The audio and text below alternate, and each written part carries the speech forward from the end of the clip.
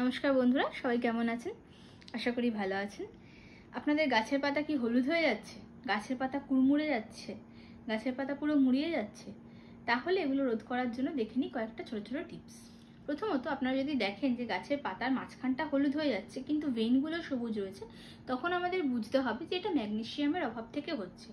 এই ম্যাগনেসিয়ামের অভাব দূর করার জন্য আমরা কি করব, 1 লিটার জলে 1 চামচ এপসাম সল্ট মিশিয়ে ভালোভাবে সেটাকে গাছের পাতার মধ্যে স্প্রে করব, অথবা গাছের মাটিতে 1 চামচ এপসাম সল্ট ভালোভাবে মিশিয়ে দেবো। দ্বিতীয়ত, গাছের পাতা হলুদ হয় নাইট্রোজেনের অভাব, এবং নাইট্রোজেনের অভাব হলে গাছের ক্লোরোফিল তৈরি হওয়া বন্ধ হয়ে যায়, যার জন্য গাছের পাতা হলুদ হয়ে যায়। তখন আমাদের কি করতে হবে, সর্ষের খোল অথবা নিম খোল অথবা ভার্মিকম্পোস্ট মাটিতে ভালোভাবে মিশিয়ে দিতে হবে।